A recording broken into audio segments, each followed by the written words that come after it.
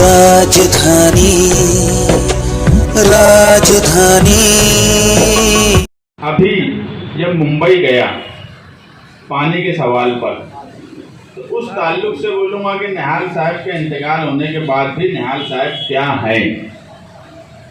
हमने गुलाब राव पाटिल से तो टाइम लिया हुआ था पहले से, क्योंकि पानी का ऐसा सवाल है, लीडर उसको बोला जाता है जो शहर की आवाम का मुस्तकबिल देखे कि मुस्तकबिल में क्या परेशानी होने वाली है, मुस्तकबिल में क्या हालात बनने वाले हैं, वो आवाम के सामने रखे और उन मसाइल का पहले से हल निकालने की कोशिश करे।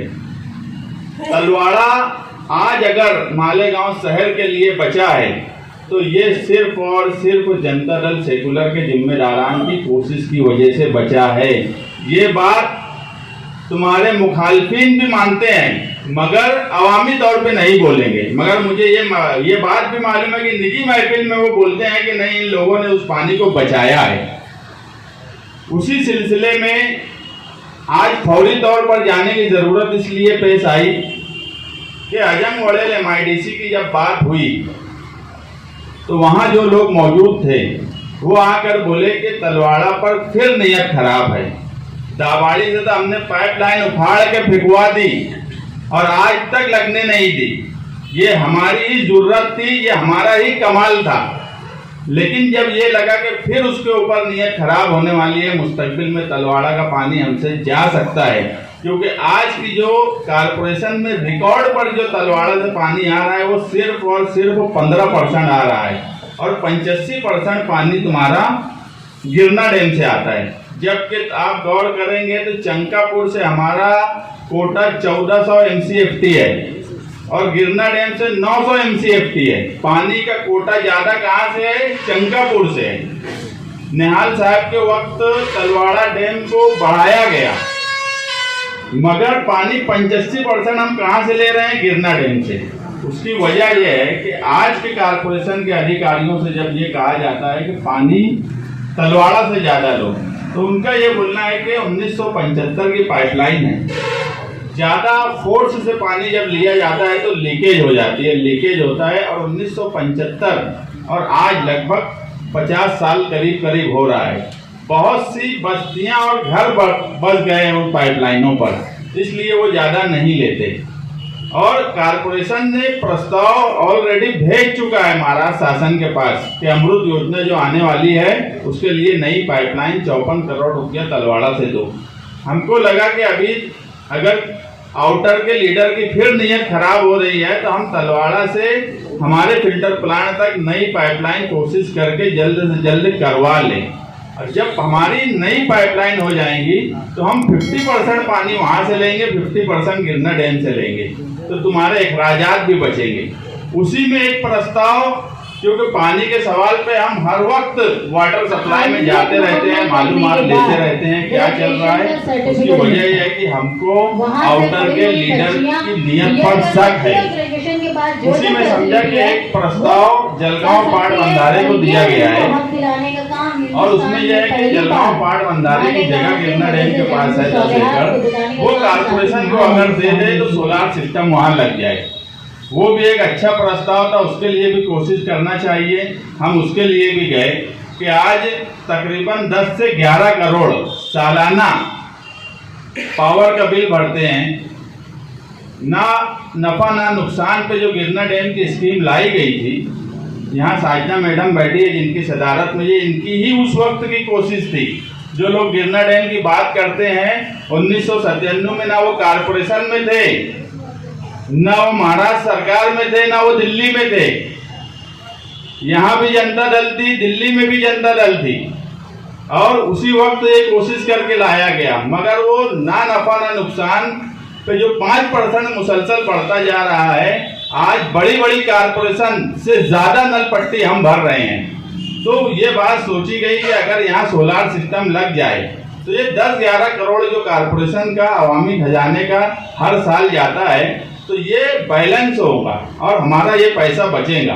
और तलवाड़ा की पाइपलाइन आएगी तो अच्छा पानी हम वहाँ से ले सकते हैं। जैसे रिजवान सर अभी बोले कि पानी अच्छा आ रहा है इसलिए हमें नहीं समझ में आ रहा है, नहीं तो तुम्हारे वहां की लीडरशिप क्या है और जलगांव की लीडरशिप क्या है ये भी शहर के सामने है।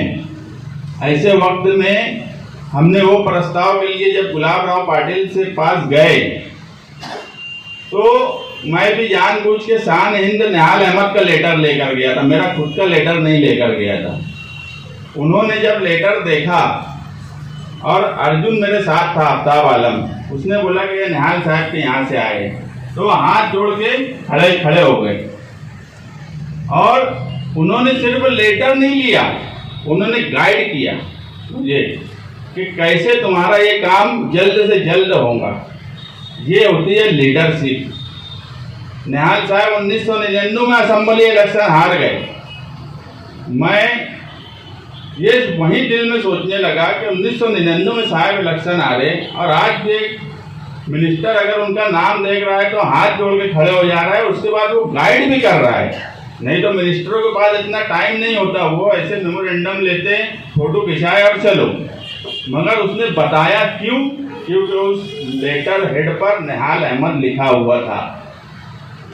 ये होती है लीडरशिप और उन्होंने जो गाइडलाइन की दी है मैं उस पर भी अमल करूँगा। उसके बाद स्कूल बोर्ड में जो आज है वो 5 साल से बैठा है, मुसलसल बदउनवानी करता जा रहा है। प्राइमरी स्कूल का निज़ाम दिन ब दिन खराब होता जा रहा है, मगर उसकी बदउनवानी जारी है। हमारे पास दीपक केसरकर साहब जो मिनिस्टर हैं अभी तालीम के, उनका अपॉइंटमेंट पहले से नहीं लिया हुआ था, मगर हम वहाँ पहुँच गए। जब वहाँ गए तो वो हमसे मिले और उन्होंने भी जब लेटर देखा कि निहाल साहब लिखा है तो वो बोलने लगे कि यार तुमको अपॉइंटमेंट लेके आना चाहिए था, तो मैं तुमसे कुछ वक्त बात करता, क्योंकि वो मिनिस्टर है, उनका सब टाइम फिक्स रहता है। बोले मेरी मीटिंग है, तुम निहाल साहब के यहाँ से आए। तो मैं वहाँ भी सोचने लगा कि एक आदमी 1999 में इलेक्शन हार गया, आज 25 साल हो गए, लोग भूल जाते हैं, मगर उनका नाम देखकर मिनिस्टरों को आज भी वो मुझे बोलने लगा कि यार पहले से तुम अपॉइंटमेंट लेके आते तो मैं तुमसे और बैठ के बात किया होता। मैं बाहर निकला तो अर्जुन को बोला कि यार साहब 1999 में इलेक्शन हार गए और आज भी यहाँ अगर अपने आए तो सिर्फ निहाल साहब का नाम देखकर अपने से इतने अच्छे ढंग से बात कर रहे, गाइड कर रहे हो, खुद बोल रहे कि यार तुम पहले से बोलते तो मैं तुम्हारे लिए टाइम और देता था। तो मुझे ये लगा कि एमएलए होना और लीडर होना ये दो अलग अलग चीज है। निहाल साहब लीडर थे,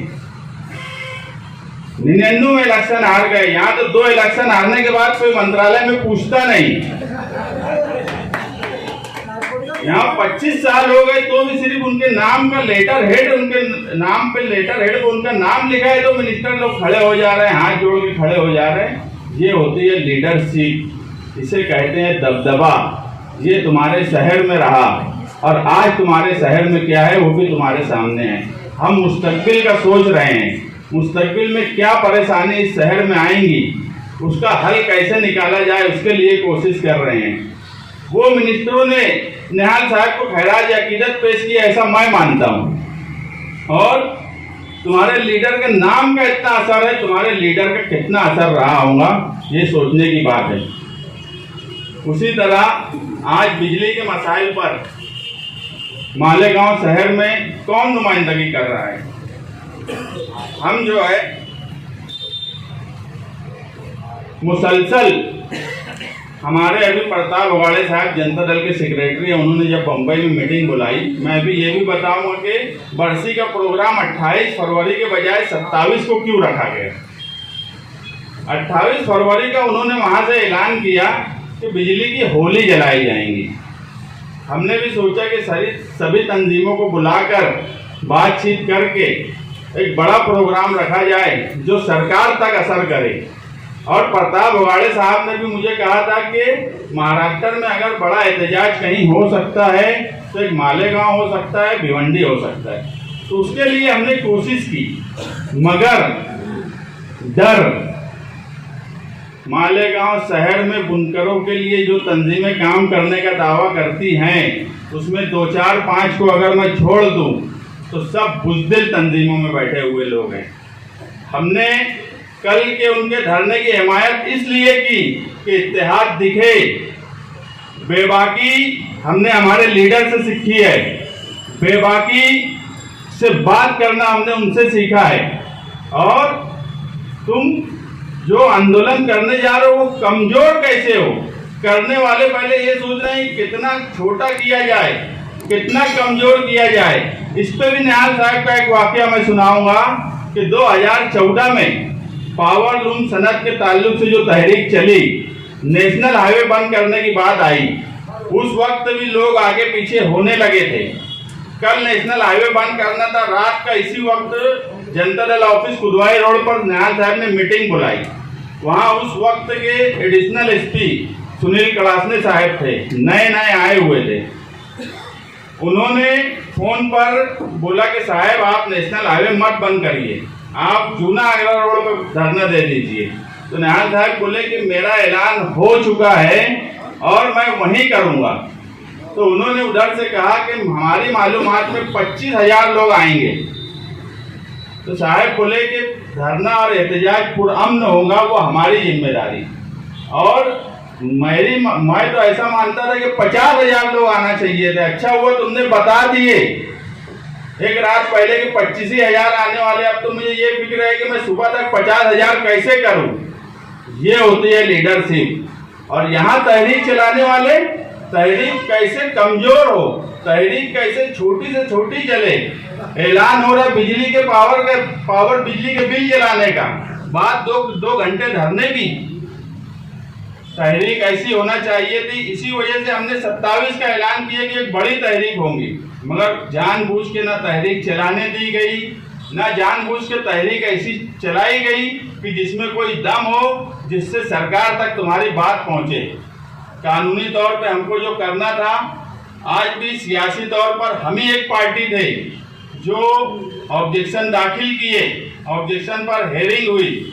यहाँ मसूद मौलाना कंपाउंड बैठे हैं, ये हिस्सा लिए, यूसुफ इलियास साहब हिस्सा लिए, उमैर सर हिस्सा लिए, एडवोकेट मुजीब जो है उन्होंने अपनी बात रखी। ये ऑब्जेक्शन पे कोशिश की गई। दूसरे शहर के लीडर कहाँ थे आज? किसी को कोई अता पता है? सनत का ऐसा सवाल जिस पर 37% पावर बिजली बिल बढ़ने की बात हो, ऐसे सवाल पर कौन नुमाइंदा आज MERC के कमीशन में जाकर नुमाइंदगी किया? हमने ऑफिस से ऑनलाइन नुमाइंदगी किए तो जनता दल की सदर शान हिंद नासिक से जाकर अपनी बात रखी। हमने हमारा ऑब्जेक्शन तो दाखिल किया, हमने हमारी बात तो बोली। हम एहतजाज भी करने के दर पे हैं। आज मालेगांव शहर के बुनकर दो तरफ से मर रहे हैं। एक तो तुम्हारा कलकत्ता कंपनी मुसलसल परेशान कर रही है। कौन सी लीडर के पास रोज आना, मेरे पास 10-15 लोग आते, मैं खुद भी सबके मसले हल कर पाता हूँ ऐसा नहीं है। कोशिश करता हूँ 2-4 लोग के मसले हल हो जाएं, मगर कोई ऐसी ठोस नुमाइंदगी नहीं। अगर 1 लाख वोट हमको दे दो तो कलकत्ता कंपनी को छट्टी का दूध हम यहाँ दिला सकते हैं, कलकत्ता भेज सकते हैं। ये दम है हमारे अंदर। लेकिन आवाम अगर 1 लाख वोट हमको दे और हम कलकत्ता कंपनी को नहीं कलकत्ता भेज दिए, उसके बाद आप हमसे सवाल करना। आज फॉल्टी बिल का मामला हो, 2-2 साल से लोगों ने अपना लाखों रुपया इन्वेस्ट करके कारखाना लगा के रखा है, उनको कंज्यूमर को मीटर नहीं दे रहे हैं। इंफ्रास्ट्रक्चर कुछ भी ऐसा नहीं कंपनी ने 5 साल में की जिस पर कोई बात की जा सके। बेधड़क पुलिस को लेके आते हैं, मीटर जमा करके लेके जाते। मैं पुलिस से भी एक बात कहना चाहता हूं कि पुलिस क्यों कलकत्ता कंपनी का साथ देती है? उन्होंने उनकी शराब पर कौन सा काम किया? अगर पुलिस उनका साथ देती है तो पुलिस को फिर आप हमारे साथ भी बैठना पड़ेगा, उनके खिलाफ उनका क्या क्या मसला है। नहीं तो पुलिस अपना काम करे, हमको हमारा काम करने दे, कलकत्ता कंपनी को उनका काम करने दे। पुलिस का काम ये नहीं है कि उनके साथ जाकर लोगों को परेशान और हैरान करे। ये इस शहर में हो रहा है। लोगों ने खुद से मीटर जमा किया, 1-1 साल पहले मीटर जमा किया। आज बाजार अच्छा है, आने वाले वक्त में रमजान ईद है। 1 साल पहले का जो मीटर जमा था, खुद से जमा किया गया मीटर, उस पर यानी फाइन लगाकर, पेनल्टी लगाकर आज जो नया मीटर लगा है उसका कोई मसला नहीं है, मगर पुराने मीटर के बदले वो मीटर निकाल के ले जा रहे हैं। तुम्हारा अगर 15 HP का कारखाना है, कुछ सेकंड के लिए भी अगर ओवरलोड होता है तो तुम्हारा एवरेज पेनल्टी मार देते हैं। मुसलसल सनतकार परेशान है। नुमाइंदगी कौन कर रहा है? सनतकार बुनकर के नाम पर लीडरी करने वाले। मुझे बताओ, कौन से सनतकार का कलकत्ता कंपनी में इतने मसाइल हैं, तो कौन से मसले का हल लेकर उनका मसला हल किए? रोजाना जनता दल ऑफिस पे 10 से 15 लोग एवरेज आते हैं जो अपने आप मसला बताते हैं। हम कोशिश करते हैं जितना हल करने की, मगर हम आज ये ऐलान भी करते हैं कि 10 मार्च तक जिन जिन लोगों ने अपना लाखों रुपया लगा के कारखाने का वहाँ पर अर्जी दे रखी है मीटर के लिए, जिनका सर्वे भी हो चुका है, वो 10 मार्च तक रात में 8 बजे से 11 बजे तक शान हिंद रास्ता ऑफिस आगरा रोड पर आकर अपनी शिकायत लिखाएं। 10 मार्च के बाद कलकत्ता कंपनी से हम निपटेंगे, और कैसे निपटेंगे ये भी शहर देखेगा। और पुलिस को भी मैं बोला हूँ कि वो भी अपना काम करे। इंफ्रास्ट्रक्चर एक दुकान लेकर बैठे हैं। दुकानदार कोई भी हो, पहले अपनी दुकान सही करता है, उसके बाद ग्राहक से कंज्यूमर को बोलेंगे कि तुम ऐसा करो, तुम वैसा करो। वो अपनी दुकान सही कर ही नहीं रहे हैं, ना केबल के ताल्लुक से, ना इंफ्रास्ट्रक्चर के ताल्लुक से, मगर कंज्यूमर को बराबर कई तरह से परेशान कर रहे हैं और लोगों को मीटर तक नहीं देते, लॉस बताते, जबकि ये प्रॉफिट कमाने के लिए आए हैं और प्रॉफिट कमा रहे हैं। लेकिन इनके खिलाफ बोलने के बाद तुम उनके खिलाफ क्या करते हो, किस तरह उसका हल निकले, इसकी कोई कोशिश नहीं की जाती। ये इस शहर में हो रहा है। मैं अपनी बात यहीं पर खत्म करना चाहता हूँ कि मालेगांव शहर में जिस तरह से पानी का मसला मुस्तकबिल में है, उसी तरह पावर का मसला भी मुस्तकबिल में है। इन तमाम मामला को हल करने के लिए आप हमें ताकत दीजिए। और जो निहाल साहब से जो सीखने की बात है, तो बेबाकी ही हमने सीखे है। मैं तो हमेशा बोलता हूँ, मैं निहाल साहब से बेबाकी सीखा और बुलंद इकबाल से कागज पत्थर चलाना सीखा कायदे से। मैं तो दोनों लीडरों से सीखा, बेबाकी भी सीखा, कागज पत्थर चलाना भी सीखा। हाँ, इस मामले में कारपोरेशन के ताल्लुक से एक बात बोलना रह गई कि 5 साल जिनका इख्तियार कारपोरेशन में रहा, उन्होंने कारपोरेशन से मालेगांव शहर के लिए कुछ नहीं दिया।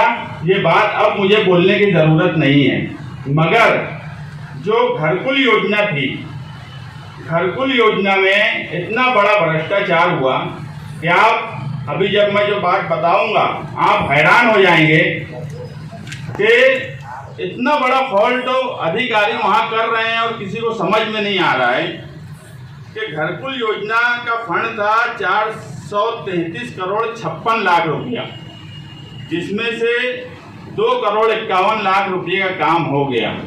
हमारे शहर की ये भी एक बदनसीबी है कि कोई प्रोजेक्ट मुकम्मल नहीं होता। तुम्हारा इसकी एक बड़ी मिसाल फ्लाईओवर ब्रिज है। बुर्ज खलीफा 5 साल में बन गया। ये कौन सा बुर्ज फ्लाईओवर है कि 5 साल भी हो गया तो ये बन नहीं रहा है। मैं तो बड़ा हैरान हूँ कि जब मैं ये रिपोर्ट पढ़ा कि ठेकेदार की बैंक गारंटी 22 करोड़ 47 लाख रुपये थी। जब ठेकेदार शुरुआत में काम शुरू किया 2009 में, तो मोबिलाइजेशन एडवांस बोल के उसको 22 करोड़ 47 लाख रुपया दिया गया। दिखती बात है, तुम किसी को कोई चीज़ एडवांस देंगे, जब वो काम करेंगे तो उसमें से कट करेंगे। उसकी बैंक गारंटी भी उतनी रखी हुई थी, मगर बैंक गारंटी हर साल रिन्यूअल करना पड़ती है कारपोरेशन को। 2017 तक तो रिन्यूअल हुई। उसने जितना काम करके बिल जमा करा 2 करोड़ 51 लाख 251 करोड़ का, वो बिल दे दिया गया उसको।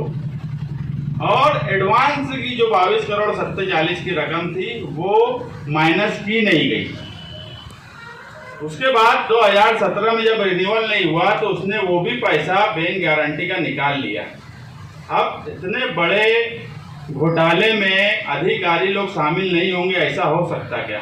2017 में ये इख्तियार में बैठे, कल की कांग्रेस आज की राष्ट्रवादी, मगर इनको भी ये नहीं सूझा कि कि कहाँ पर कितना नुकसान हो रहा है। हाँ, इनको एक चीज अच्छी से समझती, ठेकेदारी करना, ठेकेदार से कमीशन लेना।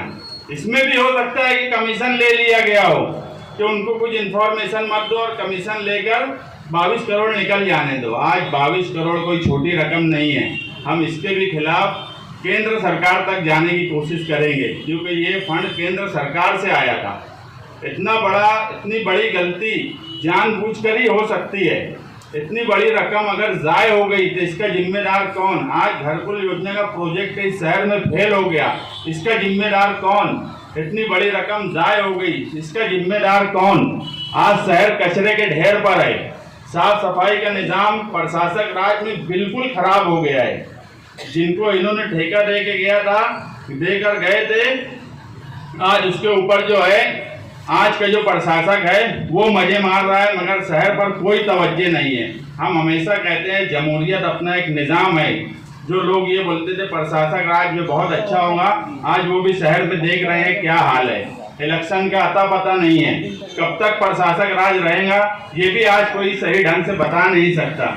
शहर कचरे के ढेर पर है, रोजाना शिकायत आ रही है, मगर हम भी चाह के कुछ कर नहीं पा रहे हैं, क्योंकि जितनी एजेंसियां ठेके पर दी गई है, जिस तरह मोदी सरकार ने सारी चीज अडानी अंबानी ऐसे लोगों को ठेके पर दे दी, उसी तर्ज पे पिछले 5 साल में मालेगांव कारपोरेशन ने काम किया और सारा निजाम ठेकेदारी पे दे दिया, प्राइवेटाइजेशन कर दिया, जिसकी वजह से आज हमें ये तकलीफ है। हम इस शहर को जो कचरे के ढेर पर अब बसा दिया गया, कचरे में रुपया पैसा कमाया जा रहा है, गटर में से रुपया निकाला जा रहा है। हम इसके भी खिलाफ शब बारात के बाद एक तहरीक कारपोरेशन के गेट पर करेंगे कि इस शहर में साफ सफाई का निज़ाम दुरुस्त हो, इस शहर में इंफ्रास्ट्रक्चर सही हो। आप देखो ये सामने आगरा रोड है, कोई प्लानिंग, कोई रोड में इस शहर में जो लोग इख्तियार में थे उनके पास कभी रहा नहीं। कितने फेज में वो रोड बनेंगी ये भी नहीं अता पता। तुम जब रोड बनाना शुरू कर रहे थे, तुम्हें उसी वक्त पता चलना चाहिए था कि आगरा रोड यहाँ से लेके दरेगांव तक कितने रुपये में बनेगी। सिर्फ हम देख रहे हैं फेज पर फेज बनता जा रहा है, ये तीसरे फेज के बाद भी रोड बन जाएंगी, इसकी कोई गारंटी नहीं है पूरी दरेगांव तक। इसमें करोड़ों रुपया लगा के ठेकेदार से लेके लीडर तक करोड़ों कमा रहे हैं, मगर चलो रोड तो बन रही है, मगर जो रोड जितना पैसा लग रहा है उससे आधी कीमत में बनना चाहिए था, उससे डबल कीमत में बन रही है। ये सब हालात शहर के सामने हैं। शहरियान को भी सोचना चाहिए कि आने वाले वक्त में उनका मुस्तकबिल क्या है और किस तरह से उनका मुस्तकबिल हल होगा। और निहाल साहब को यही सच्ची खैराज अकीदत है कि बेबाक बनो, निडर बनो, लीडर से सवाल करो, तुम्हारे नुमाइंदे से सवाल करो कि शहर के जो हालात है इसका जिम्मेदार कौन। अगर फंड पर आकर यहाँ उद्घाटन किया जाता है 6-6 महीना सलसल भर उस पर कोई काम नहीं होता, उस पर सवाल करिए। कितने करोड़ों की फंड की बात होती है और काम मालेगांव शहर में क्या हो रहा है। अगर कोई लीडर आकर एक रोड पर काम करने का कुदाल मारता है तो आपकी जिम्मेदारी है, अगर वो काम वहाँ शुरू नहीं होता तो सवाल करो। यही सच्ची खैराज अकीदत निहाल साहब को होंगी। निडर बनो, बेबाक बनो।